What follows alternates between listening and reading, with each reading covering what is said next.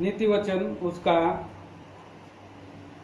13 अध्याय में यहाँ 1 से लेकर के 25 वचन तक है और यहाँ पर कुछ विचार हम ध्यान करेंगे। विशेष करके पहला पद हम सभी साथ में पढ़ते हैं। बुद्धिमान पुत्र पिता की शिक्षा सुनता है, परंतु ठट्ठा करने वाला घुड़की को भी नहीं सुनता। 2 प्रकार के पुत्र हैं और एक जो है बुद्धिमान पुत्र है, दूसरा ठट्ठा करने वाला है। बुद्धिमान पुत्र पिता की इंस्ट्रक्शन को, शिक्षा को सुन करके ओपियो बच जाता है या आशीष पाता है, पर ठट्ठा करने वाले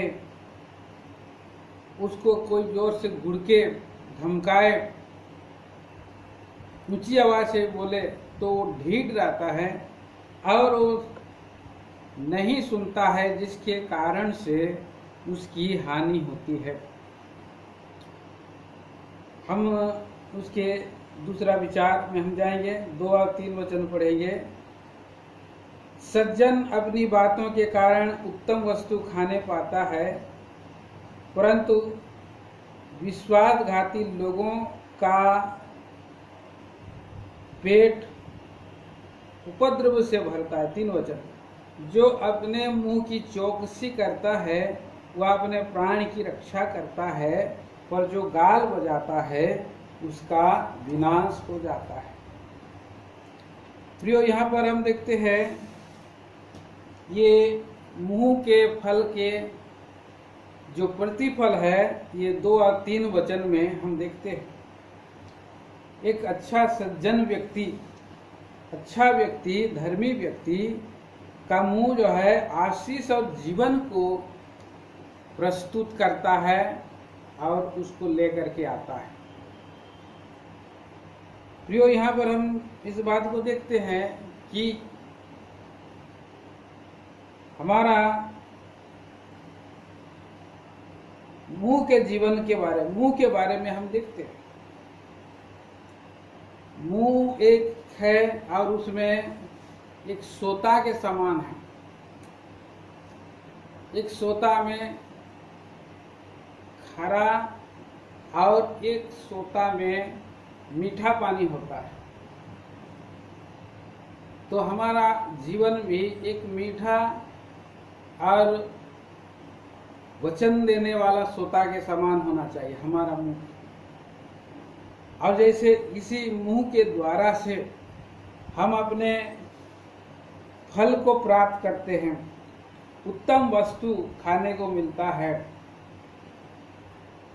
तो हम इसको पढ़ते हैं प्रियो। परंतु पापी का जो मुंह है वो शाप और विनाश को लाता है। ये बात उदाहरण स्वरूप हम पहला पतरस की किताब उसका 3 अध्याय और उसके 10 से 11 वचन को भी हम देख सकते हैं। पहला पतरस की किताब उसका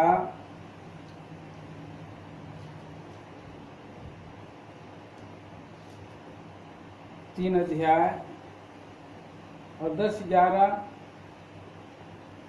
12 3 पढ़ेंगे। क्योंकि जो जीवन की इच्छा रखता है, जो अच्छे दिन देखना चाहता है, वह अपना जीव को बुराई से और अपने होंठ को छल की बातें करने से रोक रखे। वह बुराई का साथ छोड़े और भलाई ही करे। वह मेल मिलाप को ढूंढे और उसके खोज यत्न में रहे। क्योंकि प्रभु की आंखें धर्मियों पर रहती है और उसकी कान उसके विनती की ओर लगे रहते हैं, परंतु प्रभु बुराई करने वालों के विमुख रहता है। इसलिए मुंह के द्वारा हम और बुराई भी कर सकते हैं, बुरी बातें कह सकते हैं। इसलिए इस मुंह की जो चौकसी करता है वो अपने जीवन को सुरक्षित रहता है, और जो अपना होठों को चौड़ा करता है वो नाश करता है। अपने मुंह की चौकसी करे। जो अपना मुंह को चौड़ा करता है, ज्यादा बोलता है, गाल बजाता है, विनाश हो जाता। सो हम कई उदाहरण हम देख सकते हैं पवित्र शास्त्र बाइबल में। और इस तरह से झूठ बोलने वाले, और यहाँ पर इस तरह से हम देखते हैं कि मुंह एक ऐसी आग है, जिस तरह से एक छोटा सा तिल्ली माचिस का इतने बड़े वन में आग लगा देती है, और वैसा ही ये जीव भी है, जो एक छोटी सी बात मनुष्य के जीवन में कड़वाहट भर देती है, और उस जीवन गति में आग लग जाती है। याकूब की पत्री 3 अध्याय में हम पढ़ते हैं इस पद को।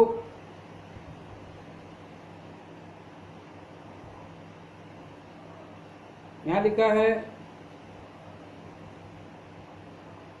2 पद में, याकूब की पत्री 3 अध्याय 2 पद में से आगे हम पढ़ूंगा।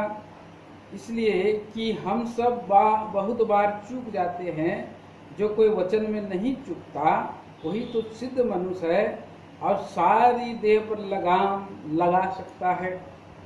जब हम अपने वश में करने के लिए घोड़ों को मुंह में लगाम लगाते हैं, तो हम उनकी सारी देह को भी घुमा सकते हैं। देखो, जहाज भी यद्यपि ऐसे बड़े होते हैं और प्रचंड वायु से चलाए जाते हैं, तो भी एक छोटी सी पतवार के द्वारा माझी की इच्छा के अनुसार घुमाए जाते हैं। वैसे ही जीव भी एक छोटा सा अंग है, और वह बड़ी बड़ी डींगे मारती है।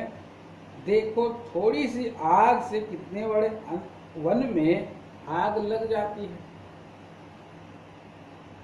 जीव भी एक आग है। जीव हमारे अंगों में अधर्म का एक लोक है, और सारी देह पर कलंक लगाती है, और जीवन गति में आग लगा देती है, और नरक कुंड की आग से जलती रहती है। क्योंकि हर प्रकार के वन, पशु, पक्षी और रेंगने वाले जंतु और जलचर जो मनुष्य जाति के वश में हो सकते हैं और हो भी गए हैं, पर जीव को मनुष्य में से कोई वश में नहीं कर सकता। वह ऐसी बला है जो कभी रुकती नहीं। वह प्राण नाशक विष से भरी है। इससे हम प्रभु और पिता की स्तुति करते हैं, और इसी से मनुष्यों को जो परमेश्वर के रूप में उत्पन्न हैं शाप देते हैं। एक ही मुंह से धन्यवाद और साथ दोनों निकलते हैं। ये भाइयों, ऐसा नहीं होना चाहिए। क्या सोते के एक ही मुंह से मीठा और खरा जल दोनों निकलता है? ऐसा हो सकता है? ये सोचने की बात इसीलिए मनुष्य का जो जीव है प्रभु के कंट्रोल में रखना है। अपने जीव के द्वारा प्रभु के हाथों में प्रभु के वचन का कंट्रोल उसमें रहना है। याकूब की पत्री का 1 अध्याय 26 वचन में इस बात को पढ़ते हैं, यदि कोई अपने आप को भक्त समझे और अपनी जीव पर लगाम ना दे, पर अपने हृदय को धोखा दे, तो उसकी भक्ति व्यर्थ है। जीव से कोई भी कुछ भी कहीं भी कैसे भी विश्वासी नहीं बोल सकता है। उसने ऐसा अगर क्या कहा, तो प्रभु उसी जीव के वचन का न्याय करेगा, और एक दिन उसका दंड का सामना करना पड़ेगा, विनाश हो जाएगा। इसलिए हम यहाँ नीति वचन 13 अध्याय के 2 और 3 पद में देखा, चौथा पद पढ़ेंगे, नीति वचन 13 का 14, चौथा वचन 4 वर्ष। आलसी का प्राण लालसा तो करता है और उसको कुछ नहीं मिलता, परंतु काम काजी हर्ष तुष्ट हो जाते हैं। तो आलसी व्यक्ति के जीवन में हम देखते हैं कि उसको संतुष्टि नहीं होती आलसी व्यक्ति को। पर जो डिलीजेंट है, जो कामकाजी है, जो बुद्धिमान है, उसको कभी भी जो है घटी नहीं हो सकता, कभी भी उसे जो है घटी होने का और कभी। लेकिन आलसी का जीवन लालसा करता है लेकिन नहीं मिल सकता। 5 पद हम भी पढ़ते हैं, 5 वचन।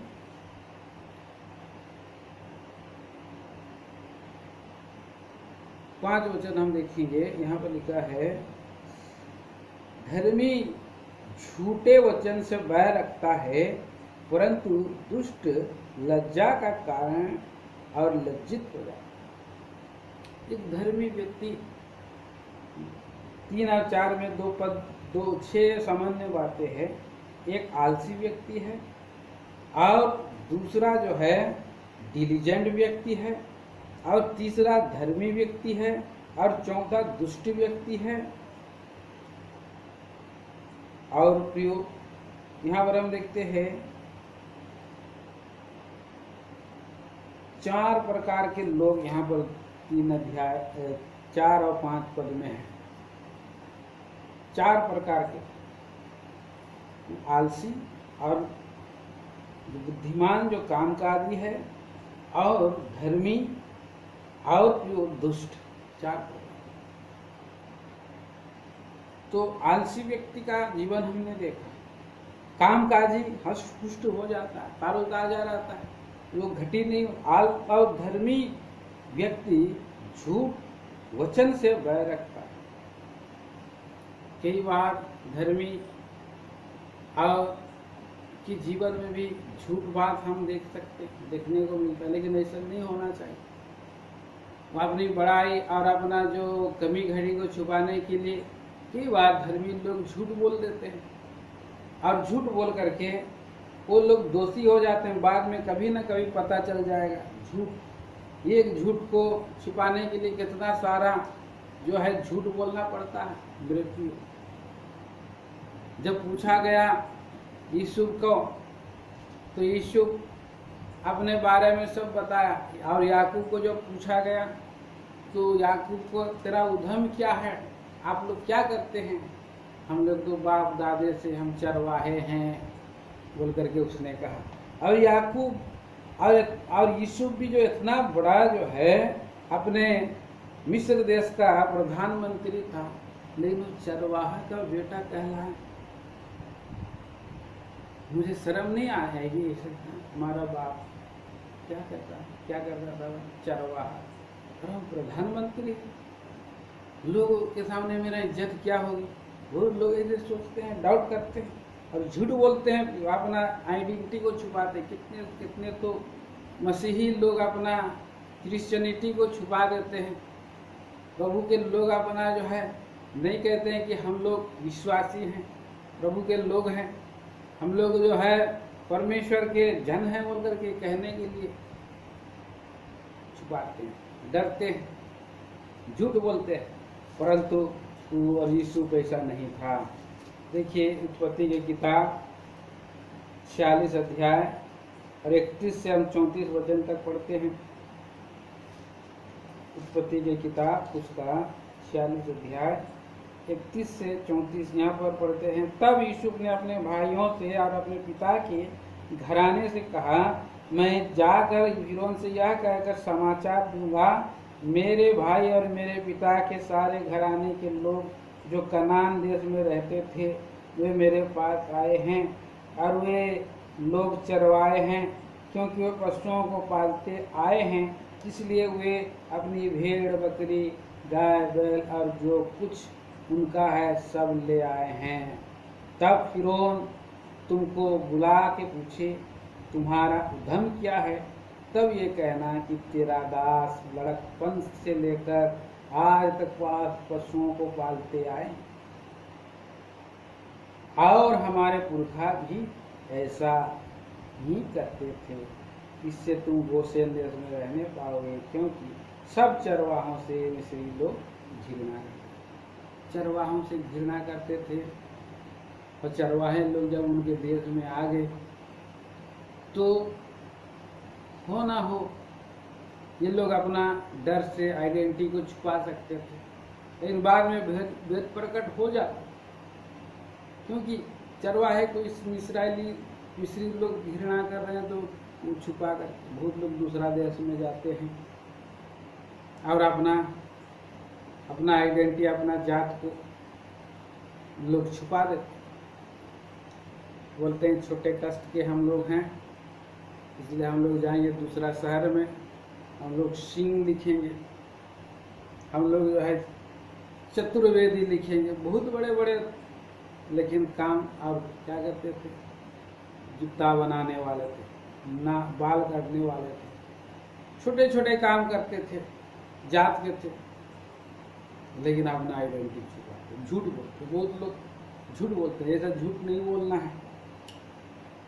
पहला सामुएल की किताब और उसका 3 अध्याय का 18 में हम देखते हैं कि परमेश्वर का वचन को जैसे सामुएल ने पाया और एली के सामने में जो एली याजक था, महायाजक था, उसको एक एक बात रत्ती रत्ती बात बता दिया और कोई भी नहीं छुपाया, कुछ भी बात नहीं छुपा। यूहन्ना बपतिस्मा देने वाला भी, और उसने सच्चाई ही प्रकट किया, कभी भी जो है और गलत बात उसने नहीं प्रकट किया। जो हम देखते हैं इस तरह से, और हम झूठे वचन से घृणा रखता है धर्मी, जो धर्मी होता है वैसे होता है, यूसुफ के समान होता है, शामुएल के समान होता है, यूहन्ना बपतिस्मा देने वाला के समान होता है, यिर्मयाह के समान होता है। पर दुष्ट लोग क्या हो जाते हैं, लज्जित हो जाते हैं। दुष्ट लोगों को लज्जा उठाना पड़ेगा। बहुत सारे लोग झूठ बोलते हैं, तो झूठ बोलने वाला धर्मी लोग मन करके झूठ बोलते हैं। विशेषकर गेजी का उदाहरण हम देख सकते हैं। दूसरा राजा 5 अध्याय का 17-27 वचन में उसने जो है एलिया को झूठ बोला, आपका दास तो कहीं नहीं गया था, इधर उधर गया, उसके लिए उसको कोड़ लग गया उसको, और कोड़ लगा रहा। इजबेल भी झूठ बोलने वाली थी, मनश्शे भी झूठ बोलने वाला, कितने सारे झूठे लोग भी हैं। प्रियो, हम देखते हैं अब झूठे लोगों का नाश हो जाता है। आगे हम देखते हैं, यहाँ पर 7 पद पढ़ेंगे, आइए। नीति वचन पिता उसका 7 वचन, कोई धन बटोरता पर उसके पास कुछ नहीं रहता, और कोई धन उड़ा देता है तो भी उसके पास बहुत रहता है। तो प्रियो, यहाँ पर देखते हैं एक जो है, यहाँ एक रहस्य है, सच्ची संपन्नता का नियम है। यहाँ पर 7 पद में, जो धन बटोरता है उसके पास कुछ नहीं रहता। एक भेद है, अगर वो कोई धन इतना बटोर है, पर देखिएगा तो एक समय आएगा उसका उतना का उतना ही रहेगा, या उससे कम भी है, कुछ भी नहीं रहेगा। इस्राएली लोगों ने मन्ना बटोरा, परमेश्वर ने जितना बटोरना कहा उससे कोई दुगुना बटोरा, पर दुगुना बटोरने के बाद जब आया शाम का तक बच गया, और वो जो है सड़ गया और कीड़ा खा गया, उसको कीड़ा खाए। इस तरह से वो लोग ज्यादा बटोरने से उनका ज्यादा ना हुआ, और थोड़ा भी बटोरे तो उनका भी कम नहीं हुआ।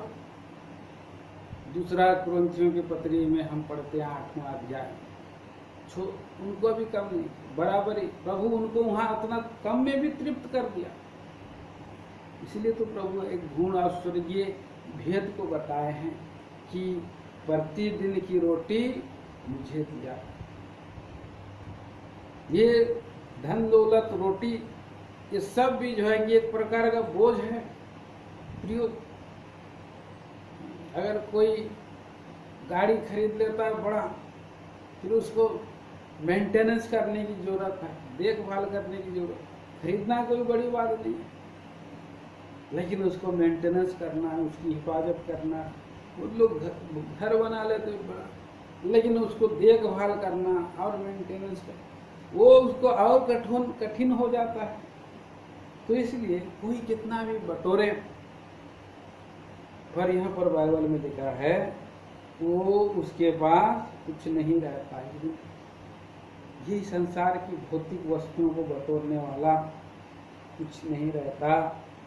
पर हम देखते हैं कोई धन उड़ा देता है, उसके पास बहुत अनंतकालिक धन उसको जमा हो, अनंतकालिक बातें हम देखते हैं उसके पास है तो जमा हो रहा है।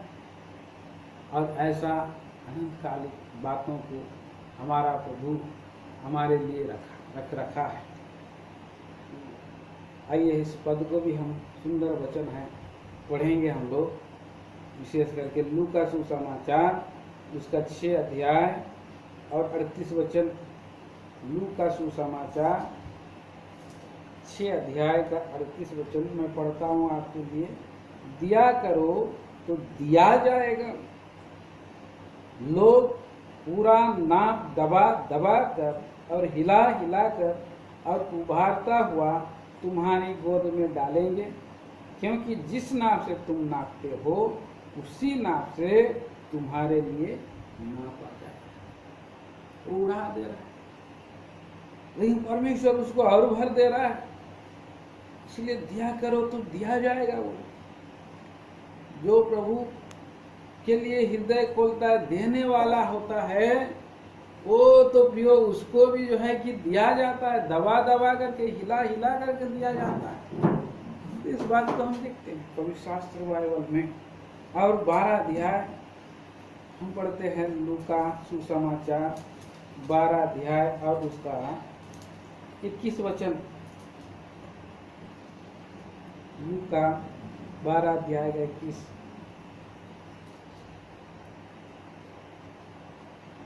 मैं आप लोगों के लिए पढ़ दे रहा हूं। ऐसा ही वह मनुष्य भी है जो अपने लिए धन बटोरता है, परंतु परमेश्वर के दृष्टि में धनी। जैसे जो लोग हैं धन बटोरते हैं, धनी होने के लिए धन बटोरने का कोशिश करते हैं, पर परमेश्वर की दृष्टि में धनी नहीं है।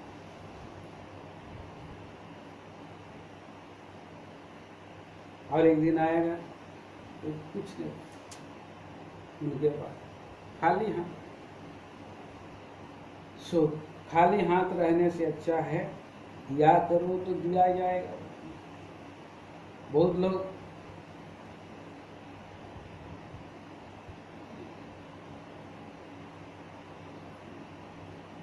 दो विचार इसमें, और आगे हम पढ़ेंगे, आगे आएंगे। उसका हम नीति वचन की किताब 13 अध्याय और उसका हम पढ़ते हैं 10 वचन पढ़ेंगे। 10 वचन में आगे, झगड़े रगड़े केवल अहंकार ही से होते हैं, परंतु जो लोग सम्मति मानते हैं उनके पास बुद्धि रहती है। तो झगड़े रगड़े जो है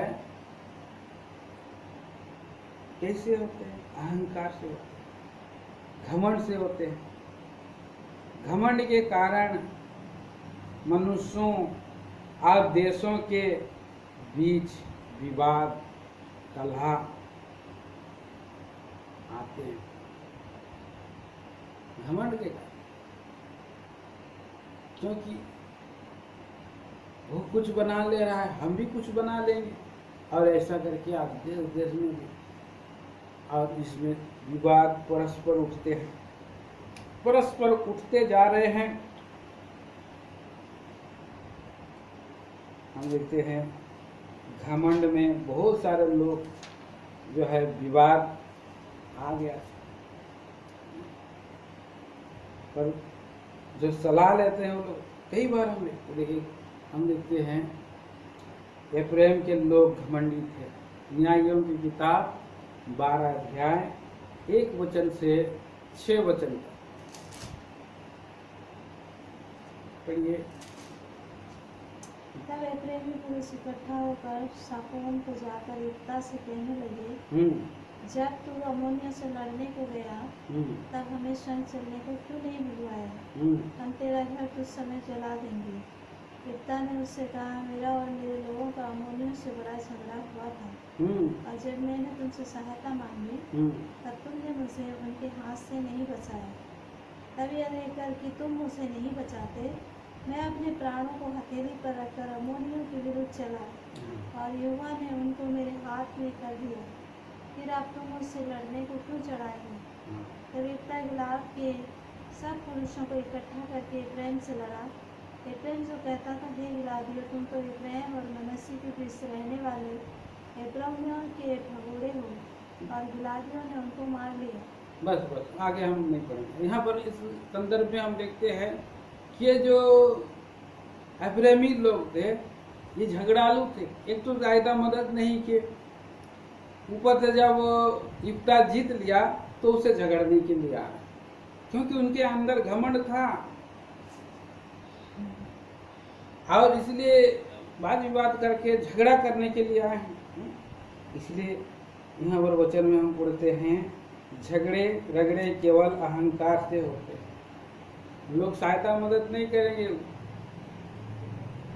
और कुशल के बारे में और भले बातों के पीछे प्रयत्न नहीं करेंगे, लेकिन जो करने वाले हैं उसको रगड़े झगड़े करेंगे, उसको फंसाएंगे। ये ऐसा काम कर, ये कितना बेचारा जरा परमेश्वर ने सहायता की, परमेश्वर ने उसको युद्ध में सहायता की, इसलिए घमंड नहीं करना था। दूसरी बात, हम गिदोन जो है एक बार वो भी लड़ने गया था, लेकिन उसने मेरे अपने आप को दीन किया और लड़ाई अपने लोगों से नहीं किया। थोड़ा ये जो युक्ता लड़ाई कर दिया, लेकिन गिदोन अपने आप को दीन किया। तो रगड़े झगड़े घमंड से होते हैं। घमंड मनुष्य के जीवन में हानि ही होती है, और भी कई उदाहरण हम देख सकते हैं। रहूब्याम को भी घमंड था। पहला राजा 12 अध्याय में हम वहाँ देखते हैं, रहूब्याम जब सुलेमान मर गया तो रहूब्याम राजा बना, और आकर के सलाह दिए बुजुर्गों ने, हमारा थोड़ा अभी बोझ को हल्का कीजिए। आपका पिताजी तो बहुत बोझ दिए थे, लेकिन अभी जो है हल्का कीजिए उन्होंने। और गुस्सा, फिर 2-3 दिन के बाद उसको जो है जवानों से भी सलाह लिया और विपरीत कठोर जवाब दिया, क्योंकि उसके बाद झगड़ा हो। तो रगड़े झगड़े घमंड से होते हैं, इसलिए घमंड बहुत बड़ी चीज है। प्रयोग घमंड नहीं करना है, सम्मति से रहना है। परमेश्वर हमें सम्मति देता है, बुद्धि देता है, और उस सम्मति का पालन करके आगे बढ़ना है। भली भली बातों की कोशिश में लगे रहना है। आगे और आएंगे हम लोग, पढ़ेंगे हम 11 वचन पढ़िए। निर्धन के पास माल नहीं रहता, परंतु जो अधिक परिश्रम से बटोरता उसकी बढ़ती होती है। हाँ, तो जो निर्धन है, इसमें अपने को निर्धन करता बोला, मतलब वो झूठ बोलता है। मिथ्या अभिमान से प्राप्त किया धन क्या हो जाता है, घट जाता है। डेक बाइबल में लिखा है इसे, मिथ्या अभिमान जो करता है, झूठ का अभिमान प्राप्त करता है, धन उसका घट जाता है, पर जो परिश्रम से इकट्ठा करता है उसकी बढ़ती है। बहुत लोग मिथ्याभिमान का करते हैं, झूठी दिखावा करते हैं, और जब पैसा रहता है उसका वो दिखावा करेंगे, बड़ाई करेंगे, और थोड़े समय के बाद उसके पास जो धन रहता है अचानक ही खत्म हो जाता है, घट जाता है, फिर उसकी दयनीय हालत हो जाती है। और दूसरा विचार में हम देख सकते हैं, वहां लिखता है पाप से कमाया हुआ धन स्थायी नहीं रहेगा, परंतु जो सच्चे परिश्रम से प्राप्त किया गया वह निरंतर बढ़ता है। पाप से कमाया, दुष्ट कमाई में, गलत उलट कमाई में बरकत नहीं होती है, बोलते हैं लोग। मिथ्याभिमान से, घमंड से है? और कमाया हुआ धन का टिकाऊ नहीं है। थोड़ा सा धन आदमी को बहुत कमाया हुआ धन से अच्छा है। आगे आते हैं, पढ़ेंगे हम उसके 12 वचन पढ़िए। जब आशा पूरी होने में विलम्ब होता है तो मन शिथिल होता है, परंतु जब लालसा पूरी होती है तब जीवन का वृक्ष लगता है। तो आशा अगर पूरी होने में लेट हो रहा है, विलम्ब हो रहा है, तो मन शिथिल हो जाता है, हृदय टूट जाता है, हृदय रोगी होता है, दुखी होता है। अब्राहम उस आशा में था, एक बेटे की चाह में, लेकिन उस आशा को पूरा होने में लेट हो रहा था। इसीलिए हम उत्पत्ति की किताब 15 अध्याय में हम देखते जब अब्राहम को परमेश्वर दर्शन दिया, कहा कि मत डर अब्राहम, तेरा ढाल और अत्यंत बड़ा प्रतिफल। उसने निराशा से जवाब दिया, प्रभु यहाँ मेरा जो भी धन दौलत है वो तो मेरा थोड़ी रहेगा, वो मेरा एलियाजर दास का, हाँ उसका होगा। तो इस तरह से वो निराशा में था, हृदय में चोट लग रहा है। कई बार आशा पूरा नहीं होने से ऐसा होता है, धुंधला जाता है, कराना पड़ता है। दाऊद भी वो आशा था कि प्रभु का घर में जाने के लिए, लेकिन उसका भी हृदय दुखित हो गया। भजन संहिता 42 अध्याय का और उसका 1 से 3 वचन पढ़िए। भजन संहिता 42 का 1 से 3। जैसे हरियाणी नदी के जल के लिए हाँफती है, वैसे ही परमेश्वर मैं तेरे लिए हाँफता हूँ। जीते ईश्वर हाँ परमेश्वर का मैं प्यासा हूँ। मैं कब जाकर परमेश्वर को अपना मुंह दिखाऊंगा। मेरे आंसू दिन और रात मेरा हाल में हैं, और लोग दिन भर मुझसे कहते रहते हैं तेरा परमेश्वर कहाँ है। तो कह रहा है यहाँ पर, क्योंकि उसका आशा परमेश्वर पर है, छुटकारा वही देगा। कई बार छुटकारा होने में विलम्ब हो भी जाए तो आदमी के जीवन में इसके कारण से हृदय टूट जाता है, पर उस पर आशा लगा रखे। दाऊद उस पर, हे मेरे मन, मेरा प्रभु पर आशा लगे रहे बोल रहा।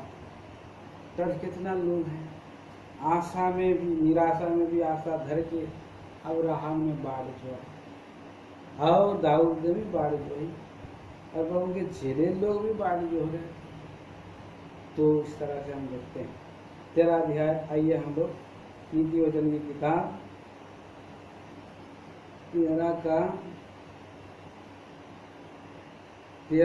13 में हम पढ़ते हैं। जो वचन को कुछ जानता वह नष्ट हो जाता है, परंतु आज्ञा के डरवैयों को अच्छा फल मिलता है। आज्ञा को डरवैयों को अच्छा फल मिलता है। जो वचन को कुछ मानने वाला विनाश हो जाए, सच बात। विनाश होने के लिए जो 4 उदाहरण रखा हुआ है, संसार विनाश होने के कगार पर है। उत्पत्ति 6 अध्याय के अनुसार, पहला पत्रस 3 का 20 पद के अनुसार। क्योंकि ये संसार में सारे आज्ञाकारी अनाज्ञाकारी लोग भर पड़ रहे हैं। इस्राएल में विनाश हो गया उसकी आज्ञा नहीं मानने से। यहोयाकीम भी बंधुआई में चला गया, मारा गया अनाज्ञाकारिता में। अमासिया दूसरा हम देखते हैं, वो अमासिया भी आज्ञा नहीं माना, अब विनाश की ओर चला है। कितने लोग हैं संसार में विनाश के लिए रख आए हैं, आज्ञाओं को नहीं मानते। प्रभु ने मन फिरा बोल करके आज्ञा का प्रचार किया है, लेकिन उस आज्ञा को लोग नजरअंदाज कर रहे हैं, और जो आज्ञाओं को मान लेते हैं वो बच जाते हैं। वो भी 4 उदाहरण है। फिरौन के दास लोग टोले गिरे तो वो लोग डर गए, और वो लोग कुछ सामान अपना बच गए, वो भी बच गए। टोले गिरे, आग गिरे, उसमें बच गए। अमासिया भी बच गया। ये वेद मोले की रिमिया 39 अध्याय का 15 से 18 पढ़े, वो भी आज्ञा को मानते हुए उन दुष्ट अधर्मियों के बीच में वो भी जो है बच गया है। इन अंतिम दिनों में प्रभु हमारे जीवन में बचने के लिए उसकी प्रभु का वचन है, आज्ञा है। तूने मेरा धीरज के वचन को थामे रखा है, इसीलिए जब इस संसार में ये आएगी मैं भी तुमको बचाना हूँ। प्रभु ने कहा है इसे, तो इस धीरज के वचन को बनाए रखें और उसमें हम बने रहें। आगे और भी हम जाएंगे। आइए हम लोग आगे देखेंगे उसका 15 वचन पढ़े। सुबुद्धि के कारण अनुग्रह होता है, परंतु विश्वासघात का मार्ग खड़ा होता है। सुबुद्धि के अनुसार, अच्छा समझ के अनुसार अनुग्रह होता है, अनुग्रह प्राप्त। कितने सारे प्रभु के लोग ने अनुग्रह प्राप्त किया, हमें भी अनुग्रह के ऊपर अनुग्रह प्राप्त। 7 लोगों ने अनुग्रह प्राप्त किया है। उत्पत्ति में अब्राहम ने अनुग्रह प्राप्त किया 23 अध्याय का 10 से 11, आपको पढ़ने का समय नहीं है। उसने अनुग्रह प्राप्त किया। और कहाँ पर प्राप्त किया? उन लोगों के द्वारा से। किरियात अरबा में जब उसने अपना पत्नी को माकी पे ला के ये के लिए लोगों से अनुग्रह प्राप्त मिला। यीशु को भी अनुग्रह प्राप्त मिला, उसको समझ जीवन के कारण उत्पत्ति 39 का 2 में उसका पोती पर का अनुग्रह मिला था। यहोशू को परमेश्वर का अनुग्रह मिला, यहोशू 6 अध्याय, और अनुग्रह के द्वारा से उसका नाम हो गया। दाऊद को अनुग्रह मिला 18 अध्याय 14 वचन 1 शामुएल में। और भी अबीगैल को भी अनुग्रह मिला। दाऊद का अनुग्रह को उसने प्राप्त किया 25 अध्याय 1 शामुएल में। दानियल को भी अनुग्रह मिला 1 अध्याय का 8 पद में। दानियल 1 का 8 में, 8 और 9 आप कर सकते हैं। और उसका 6 का 3 में भी उसने राजा का अनुग्रह, कृपा दृष्टि मिला, अनुग्रह मिला, उन्हें सबको कृपा दृष्टि मिला। सामुएल को भी कृपा दृष्टि मिला है, 1 शामुएल। 7 लोगों को कृपा दृष्टि मिला है। और प्रभु के लोगों को वो अच्छा जो लोग है सुबुद्धि के कारण उन पर अनुग्रह होता है, पर विश्वासघाती लोगों को मका मार्ग कड़ा हो जाता है, कठिन हो जाता है, उनका रास्ता आगे बंद हो जाता है, फंस जाते हैं, गर्दन चिपक जाता है। तो इस तरह से अनुग्रह और कृपा दृष्टि प्रभु के लोगों को मिलते रहता है जब परमेश्वर उनको ज्ञान देता है, उसके ज्ञान के अनुसार। 19 वचन पढ़ेंगे। 19 वचन। लालसा का पूरा होना तो प्राण को मीठा लगता है, परंतु बुराई से हटना मूर्खों के प्राण को बुरा लगता है। लालसा का प्राण जो लालसा हम करते हैं उसका अगर पूरा होता है तो हमको बहुत अच्छा लगता है, खुश लगता है। हमने जो बोला, जो सोचा वो हो गया, बहुत खुश हो जाते हैं। पर जब लालसा पूरा नहीं होता है, हम हठ धर्मिता से आगे गलत करना का रास्ता है, गलत की ओर जा रहा है। हठ धर्मिता में हम अगर रहते हैं तो भी हमारा हानि हो सकती है। पर बुराई से हटना, यहाँ पर लिखा है बुराई से हटना नहीं चाहते लोग, बुराई से हटना मूर्खों के प्राण को बुरा लगता है। बिलाम जो है बुराई से हटना नहीं चाह, परमेश्वर ने पहले ही बोल दिया मत जाओ। फिर से वो प्रार्थना कर रहा है घुटना टेक कर, तो परमेश्वर भी बोला कि जाओ, लेकिन नहीं बोलना।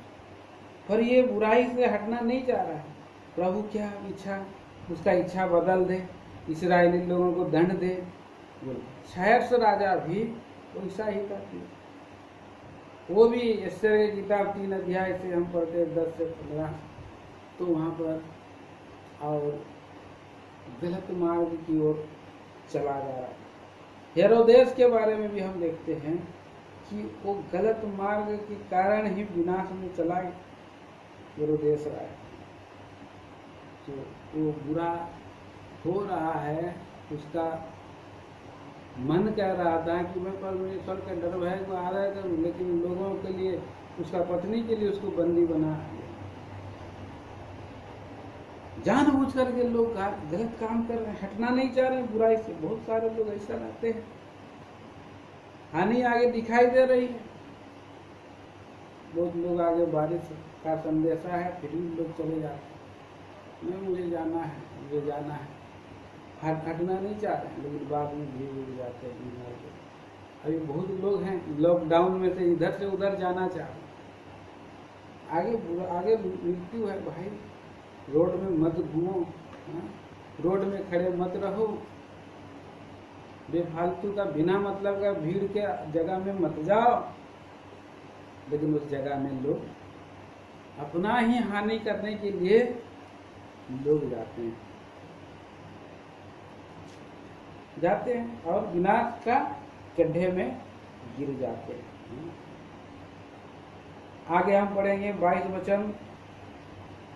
भला मनुष्य अपने नाती पोतों के लिए संपत्ति छोड़ जाता है, परंतु पापी की सम्मति धर्मी के लिए रखी जाती है।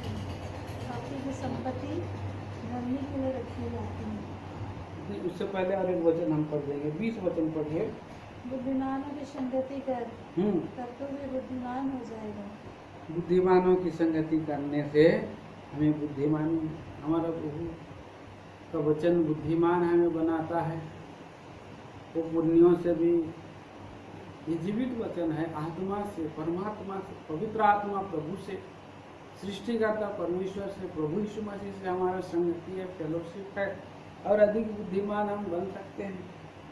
ये सबसे ज्यादा बुद्धिमान दुनिया में कौन है बोलिए? प्रभु यीशु मसीह, क्योंकि बुद्धि और ज्ञान के भंडार ईश्वर शुक्र। इसलिए हम तो ये नीति वचन ध्यान कर रहे हैं कि हम अधिक बुद्धिमान बने। ठट्टा हंसी मजाक करने वालों के बीच में बैठना, प्रभु का वचन के 1 घंटा पढ़ना, ध्यान करना, ये हमारे लिए और भलाई और उन्नति का कारण है। वो प्रभु के दास लोग ऐसे कर करके और ज्ञानी बुद्धिमान सुलेमान से भी आगे चले जा सकते। और 21 वचन हम पढ़ते हैं, पढ़िए 21 पर। बुराई पापियों के पीछे पड़ती है, परंतु धर्मियों को अच्छा फल मिलता है। तो बुराई करने वाला पापी जो है, उसका दंड क्या है?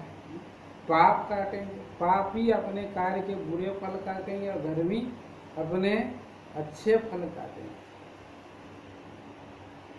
तो बुराई का फल बुरा ही होगा, धर्मियों को अच्छे फल प्रतिफल मिलेगा। इसलिए भी प्रभु आ रहा है, हर एक को प्रतिफल देने आ रहा है, मजदूरी और प्रतिफल, 2 चीजें। देखिए हम पढ़ते हैं यशायाह की किताब 40 अध्याय 10 वचन। यशायाह की किताब 40 अध्याय 10 वचन।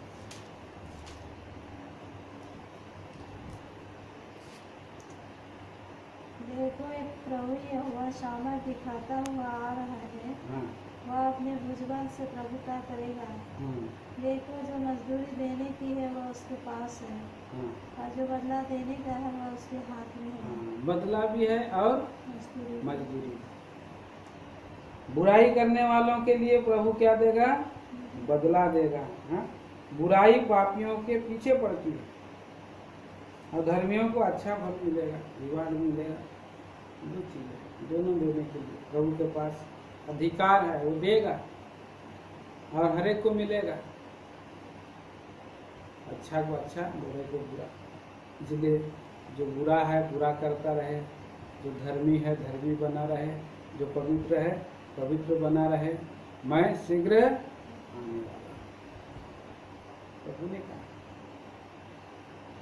प्रियो, आगे हम देखते हैं 23 वचन में 22 पद में, भला मनुष्य अपने नाती पोते के लिए संपत्ति छोड़ जाता है, परंतु पापी की संपत्ति धर्मी के लिए रखी जाती है।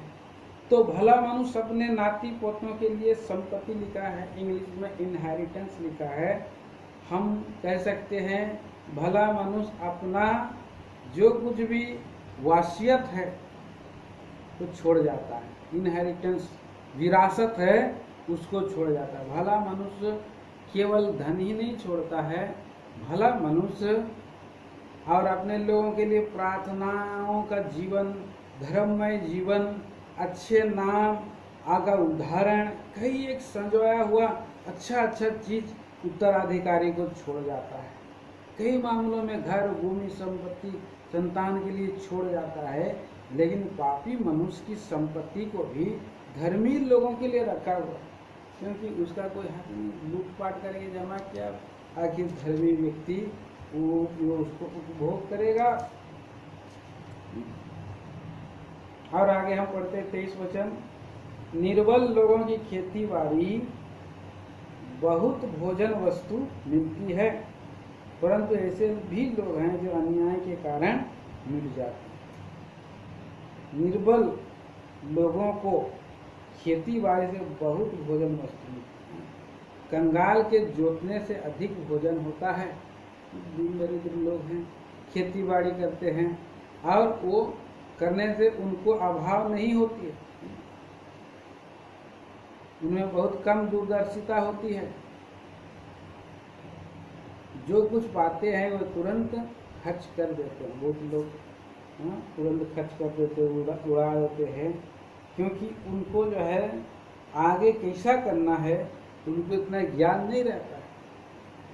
इसलिए ये बड़ा भोज करके इधर उधर करके बहुत लोग उड़ा देते हैं, मूड उठाते हैं। इस तरह से हम देखते हैं। आगे और हम पढ़ेंगे आखिरी में 24 वचन, जो बेटे पर छड़ी नहीं चलाता वह उसका बैरी है, परंतु जो उससे प्रेम रखता है वह यत्न से उसको शिक्षा देता है। बेटे पर छड़ी चलाने की जरूरत है। छोटा समय से आप उसको छड़ी नहीं चलाएंगे तो मर जाए। बेटे को डांटना है, करेक्शन करना है, ठीक ठाक करना है। और हम जो प्रेम करते हैं, हमें जो है बेटे को शिक्षा यत्न से देना है। यत्न से नहीं सिखाने के कारण ही याकूब जो है उत्पत्ति की किताब सुधारने में असफल पाए गए। कुछ लोग अपने बच्चों को सुधार नहीं सके। याकूब के कुछ बच्चे नहीं सुधरे, बुराई काम करते। 37 अध्याय में हम पढ़ते उत्पत्ति की किताब में, पर प्रभु ने पर दया किया। एली का बच्चे को देखिए, एली याजक का बच्चे, पहला क्रमिल 3 अध्याय में। दाऊद के बच्चे भी जो है बिगड़े हुए थे, मनमानी अनुसार जीवन बिताने लगे थे। सामुएल के बच्चे भी अच्छे धर्मी लोगों के बच्चे हैं, सुधारने में असफल रहे। प्रियो, तो इस तरह से हम देख सकते हैं और अच्छी शिक्षा देना है। आखिरी पद 25 वचन, धर्मी पेट भर खाने पाता है, परंतु दुष्ट भूखे ही रहते हैं। धर्मी को संतुष्ट भोजन मिलता है। अपनी धर्मी संतुलित अभिलाषाओं से संतुष्ट रहता, संतुलित अभिलाषा, संतोष सहित भक्ति बड़ी कमाई, थोड़े से वो संतुष्ट रहता है। परंतु दुष्ट लोगों को घटी होती है, भूखा रह जाते हैं वो लोग, अपने भाग में जो तृप्त नहीं रहते हैं, अप्रसन्न रहते हैं, उनको कभी भी संतुष्ट नहीं हो सकते। प्रार्थना करेंगे विचारों के द्वारा प्रभु हमें आने वाले दिनों तक अभ्यास करने में सहायता करें। प्रार्थना करेंगे। प्यारे स्वर्गीय पिताजी, हम धन्यवाद देते हैं पवित्र वचनों को दिया, इसके द्वारा आपका गौरवमान आदर महिमा हो, कि रक्षा करे, वचन के घेरे में हमें बना रखिए, महिमा मान गौरव आप ही को मिल सके। प्रार्थना सुनिए मसीह यीशु के नाम में, आमीन। अब प्रभु यीशु मसीह का अनुग्रह, परमेश्वर पिता का प्रेम, पवित्र आत्मा की सामर्थ्य हमारे और सारे संतों के साथ सदा सर्वदा होता है, आमीन। जय मसीह।